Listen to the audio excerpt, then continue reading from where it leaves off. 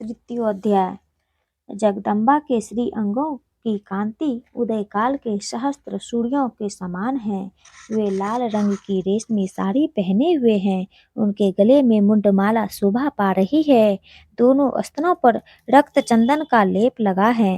वे अपने कर कमलों में जपमालिका, विद्या और अभय तथा वर नामक मुद्राएं धारण किए हुए हैं। 3 नेत्रों से सुशोभित मुखार बिंद की बड़ी शोभा हो रही है। उनके मस्तक पर चंद्रमा के साथ ही रत्नमय मुकुट बंधा है तथा वे कमल के आसन पर विराजमान हैं। ऐसी देवी को मैं भक्ति पूर्वक प्रणाम करती हूँ। ऋषि कहते हैं, दैत्यों की सेना को इस प्रकार तहस नहस होते देख महादैत्य सेनापति चिक्षुर क्रोध में भरकर अंबिका देवी से युद्ध करने के लिए आगे बढ़ा। वह असुर रणभूमि में देवी के ऊपर इस प्रकार बाणों की वर्षा करने लगा जैसे बादल मेरुगिरी के शिखर पर पानी की धार बरसा रहा हो। तब देवी ने अपने बाणों से उसके बाण समूह को अनायास ही काटकर उसके घोड़ों और सारथियों को भी मार डाला। साथ ही उसके धनुष तथा अत्यंत ऊंची ध्वजाओं को भी तत्काल काट गिराया। धनुष कट जाने पर उसके अंगों को अपने बाण से बींच डाला। धनुष, रथ, घोड़े और सारथी के नष्ट हो जाने पर वह असुर ढाल और तलवार लेकर देवी की ओर दौड़ा। उसने तीखी धार वाली तलवार से सिंह के मस्तक पर चोट करके देवी को भी बाई भुजाएं में वेग से प्रहार किया। हे राजन, देवी की बाह पर पहुंचते ही वह तलवार टूट गई। फिर तो क्रोध से लाल आंखें करके उस राक्षस ने शूल हाथ में लिया और उसे उस महादैत्य ने भगवती भद्रकाली के ऊपर चलाया। वह शूल आकाश से गिरते हुए सूर्य मंडल की भांति अपने तेज से प्रज्वलित हो उठा। उस शूल को अपनी ओर आते देख देवी ने भी शूल का प्रहार किया। उससे राक्षस के शूल के सैकड़ों टुकड़े हो गए। साथ ही महादैत्य चिक्षुर की भी धज्जियां उड़ गई।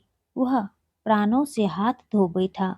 महिषासुर के सेनापति उस महापराक्रमी चिक्षु के मारे जाने पर देवताओं को पीड़ा देने वाला चामर हाथी पर चढ़कर आया। उसने भी देवी के ऊपर शक्ति का प्रहार किया, किंतु जगदम्बा ने उसे अपने हुंकार से ही आहत एवं निष्प्रह करके तत्काल पृथ्वी पर गिरा दिया। शक्ति टूटकर गिरी हुई देख चामर को बड़ा क्रोध हुआ।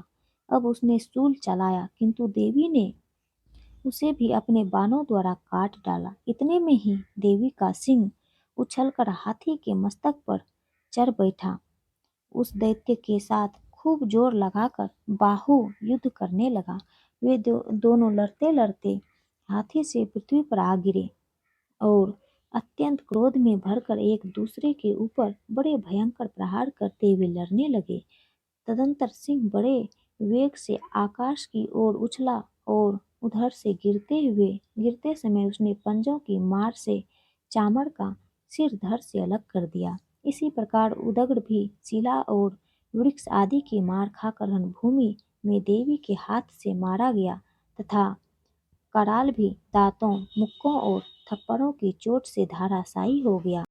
क्रोध में भरी हुई देवी ने गदा की चोट से उद्धत का कचूमर निकाल डाला। भिंडी पाल से वासल्कों तथा पानों से ताम्र और अंधक को मौत के घाट उतार दिया। 3 नेत्रों वाली परमेश्वरी ने त्रिशूल से उग्रास्य, उग्रवीर्य तथा महाहनु नामक दैत्यों को मार डाला। तलवार की चोट से विडला के मस्तकों को धड़ से काट गिराया। दुर्धर और दुर्मुख इन दोनों को भी अपने बाणों से यमलोक भेज दिया।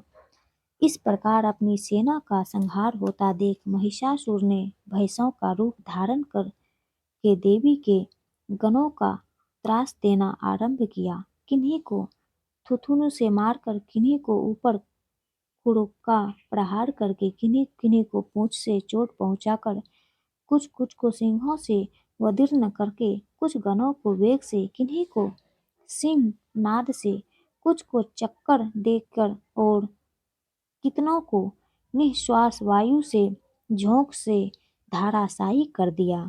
इस प्रकार गणों की सेना को गिराकर वह असुर महादेवी को सिंह को मारने के लिए झपटा। इससे जगदम्बा को बड़ा क्रोध हुआ। उधर महापराक्रमी महिषासुर भी क्रोध में भरकर धरती को खुरों से खोदने लगा तथा अपने सिंह से ऊंचे ऊंचे पर्वतों को उठाकर फेंकने लगे, गर्जने लगाने लगे। उससे वेग से चक्कर देने के कारण पृथ्वी क्षुब्ध होकर फटने लगी। उसकी पूंछ टकराकर समुद्र ओर से धरती को डुबोने लगा। हिलते हुए सिंहों के आघात से विदीर्ण होकर बादल को टुकड़े टुकड़े हो गए। उसके श्वास की प्रचंड वायु से वेग से उड़ते हुए सैकड़ों पर्वत आकाश से गिरने लगे। इस प्रकार क्रोध में भरे हुए उस महादैत्यों अपनी ओर आते देख चंडिका ने उसका वध करने के लिए महान क्रोध किया। उन्होंने पास फेंककर उस महान असुरों को बांध लिया। उस महासंग्राम में बंध जाने पर उसने भैंसों का रूप त्याग दिया और तत्काल सिंह के रूप वह प्रकट हो गया। उस अवस्था में जगदम्बा ज्यों ही उसका मस्तक काटने के लिए उद्यत हुई, त्यों ही वह खड्गधारी पुरुष के रूप में दिखाई देने लगा। तब देवी ने तुरंत ही बाणों की वर्षा करके ढाल और तलवार के साथ उस पुरुषों को भी बांध डाला। इतने में ही वह महान गजरा के रूप में परिणत हो गया तथा अपनी सूंड से देवी के विशाल सिंहों को खींचने और गर्जने लगा। खींचते समय देवी ने तलवार से उसकी सूंड काट डाली। तब उस महादैत्य ने पुनः भैंसों का रूप धारण कर लिया और पहले की ही भांति चराचर प्राणियों सहित तीनों लोकों को व्याकुल करने लगा।